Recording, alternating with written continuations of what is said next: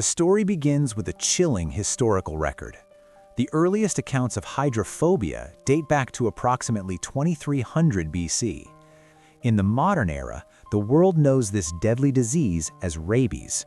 The story then shifts to the present day, following a veterinarian as he walks toward a secluded animal cage. The doctor arrives with the intention of treating an animal that has been reported for showing unusual symptoms. However, as he reaches the enclosure, he immediately senses that something is wrong. The animal, which should have been visible, is nowhere to be seen. Thinking that the creature is simply hiding out of fear, the doctor cautiously approaches the dark corners of the enclosure. He tries to lure the animal out into the light, hoping to begin his examination. Unfortunately, his assumption proves to be a fatal mistake. Suddenly, the creature lunges from the shadows and launches a savage attack. In an instant, the veterinarian's life ends in a horrific manner inside the cage. The story then shifts to 36 hours before, introducing a young woman named Lucy. She is seen boarding a plane while having a video call with her sister. Lucy repeatedly reminds her to make sure she and her friends are there to pick her up as soon as she lands at the airport. After taking a seat next to her best friend, Kate, a familiar face appears. Their friend Hannah unexpectedly boards the same flight, even though her presence clearly creates a sense of tension between them.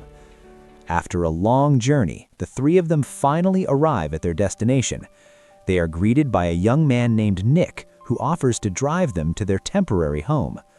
Upon arriving at the house, the focus shifts to Adam, Lucy's father, who is busy handling a work-related conversation. It is revealed that Adam is nonverbal and uses sign language as his primary means of communication. Lucy immediately approaches him, and Adam uses his hands to ask her how her exams went. Shortly after, Kate and Hannah join them and introduce themselves as Lucy's visiting friends.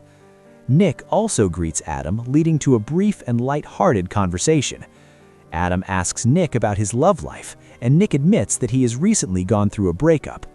With a playful tone, Adam signs to Lucy that this could be a great opportunity for her. Since Nick does not understand sign language, Lucy quickly changes the subject to avoid any awkwardness.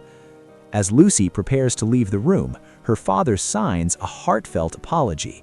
He explains that although he is thrilled to have her home, his work obligations require him to leave again, though he promises to return in a few days.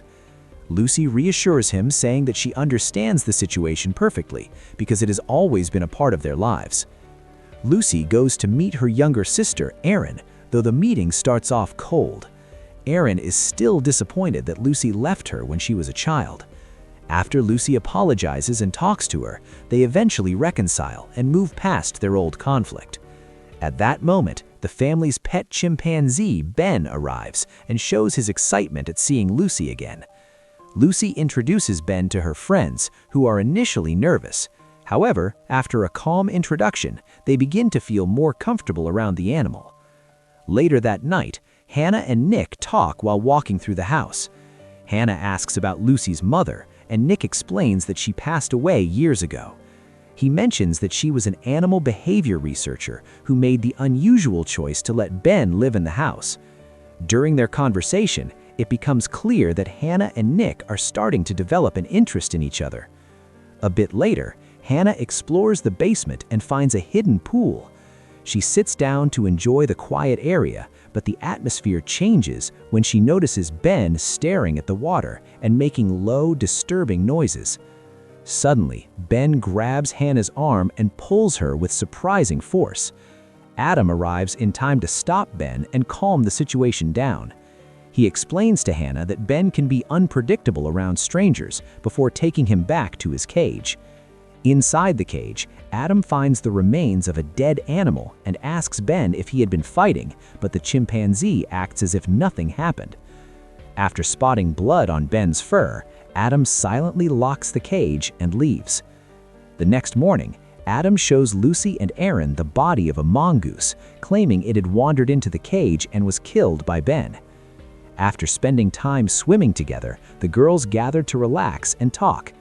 During their conversation, Lucy cannot hide her jealousy as she watches Hannah and Nick grow closer. Their flirting feels so natural that Lucy remains mostly silent. To change the subject, Lucy brings up the men Hannah met on the plane and asks if she plans to contact any of them. Hannah initially agrees, but then changes her mind and asks Lucy to make the call instead. Lucy follows through and invites the men over. That night, Hannah has a heart-to-heart with Nick. She shares her feeling that Lucy seems to be trying too hard to get his attention. However, Nick dismisses the idea, explaining that he sees Lucy more like a younger sister. In the quiet of the night, Hannah and Nick share a brief but intimate moment, while Lucy watches them from a distance with mixed emotions. The story then briefly recalls the earlier incident where a veterinarian arrived to check on Ben at the site of the previous attack. Back inside the house, Kate goes to get a drink and notices a teddy bear lying on the floor. Thinking Hannah dropped it, Kate approaches to pick it up. Suddenly, Ben appears and lets out a loud, angry scream. Terrified, Kate runs to another room and calls for Lucy, warning her that something is wrong with the chimpanzee. Lucy tries to find Ben but cannot see him anywhere. Her attention turns to the teddy bear, and as she gets closer, she notices suspicious stains on it. Aaron appears at the same time just as a loud scream pierces the air. Lucy and Kate rush toward the sound, realizing that Ben is now highly unstable and increasingly aggressive. Seeing the danger, Nick suggests they tie Ben up to prevent anyone else from getting hurt. As Lucy searches for a rope, Ben suddenly lunges at her. However, Lucy manages to calm him down by hugging him tightly. She then takes the rope and tries to restrain him, even though the animal continues to struggle with great strength. With the situation spiraling out of control, Aaron urges Lucy to call Adam or a vet for help. Kate tries to call the veterinarian, but she is shocked to hear a phone ringing nearby, signaling that something is very wrong. Before they can react, Ben snaps his restraints and immediately attacks Aaron, biting her leg viciously. They manage to pull Aaron away, but Ben remains wild and dangerous, acting as if he is intentionally blocking their escape. Realizing they are trapped, Nick orders everyone to get into the swimming pool because Ben is unable to jump into the water. However, time is running out. Aaron's wound is bleeding heavily, and she needs to reach a hospital immediately before any infection can spread. Meanwhile, Ben continues to watch their every move, ensuring that no one can escape. Driven by anger and desperation, Nick attacks Ben and manages to push him off a nearby cliff. For a brief second, Nick believes the threat is over and even lets out a smile of relief. However, that confidence vanishes instantly.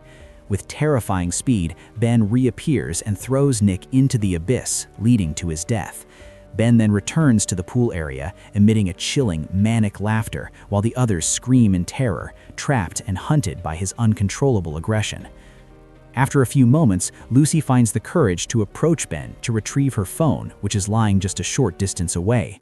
Just as she reaches for it, the phone rings, causing Ben to fly into a rage. Fortunately, the others manage to distract him, giving Lucy the chance to grab the phone and scramble back to the safety of the pool. Once Hannah is safely back in the water, they attempt to call for help. However, the person who answers is the man Hannah met on the plane. Being busy at a party, he does not take their emergency seriously. In the middle of their struggle, Ben turns aggressive again. He uses a rope stretching across the pool to lunge at Hannah, grabbing her by the hair. Lucy and the others act quickly and manage to save her. Unfortunately, during the chaos, the phone falls into the pool, cutting off their only hope for immediate help. Elsewhere, while Adam is attending a meet and greet event, he receives a message from the veterinarian. The results show that the mongoose Ben killed earlier tested positive for rabies. Adam refuses to believe it, insisting that the disease does not exist in Hawaii. The vet, Mary, suspects the results might be contaminated and decides to run the test again to be certain. Filled with anxiety, Adam tries to call Lucy, but gets no answer. Back at the house, Lucy and Kate sneak inside, hoping to find a landline to call for help.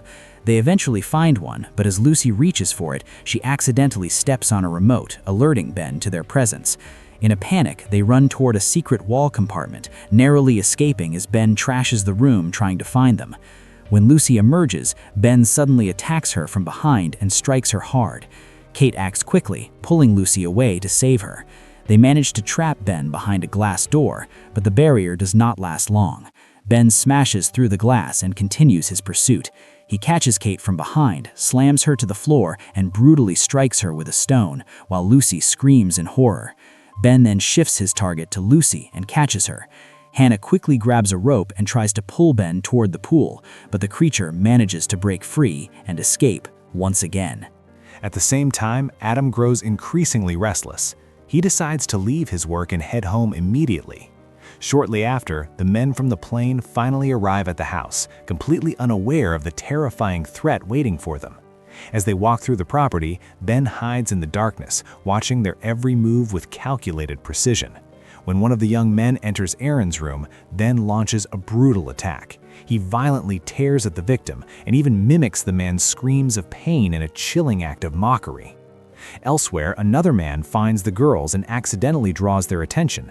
Although the girls try to tell him to be quiet, it is already too late. Ben leaves behind the remains of the first victim, making the second man realize with horror that he is the next target. In the middle of the chaos, Hannah sees an opportunity to escape. She grabs a phone and car keys before running to the nearest vehicle. However, her hopes are crushed when she realizes the car is not hers and Ben is closing in. Panicking, Hannah calls the police but is unable to explain her location. Ben toys with her by locking and unlocking the car doors repeatedly before finally opening the trunk and launching a fatal attack. Inside the house, Erin is in critical condition due to severe blood loss from her earlier injury. Lucy tries her best to find help, but in her haste, she steps on a sharp piece of broken glass and screams in pain. As she tries to tend to her wound, Ben reappears. Fortunately, Adam arrives just in time and manages to distract the animal. Adam begins to inspect the mess inside the house, unaware that Ben is standing directly behind him. Lucy tries to warn him, but Adam cannot hear her. Then attacks Lucy, pauses for a moment, and then lunges again with even more aggression. A brutal struggle follows. Erin manages to help Lucy, forcing Ben to face them both in a deadly fight. Amid the chaos, Adam finds a room destroyed by Ben and finally realizes how dire the situation has become. When he returns to the main room, Ben is nearly killing Lucy by attacking her jaw. Adam intervenes and blows a whistle, hoping to stop the creature, but the effort is useless. Ben turns on Adam and manages to knock him down after a fierce fight. In a final act of desperation, Adam grabs a wine bottle, breaks it over Ben, and stabs him with the shards until the chimpanzee finally collapses. The family members embrace, thinking the nightmare is over. However, Ben rises one last time for a final attack. Lucy tries to protect the others and is almost killed, but Adam manages to save her. Ben finally falls and is truly dead. Soon after, the police and ambulances arrive at the scene to take Erin for medical treatment. As the situation calms down, an eerie sound fills the air.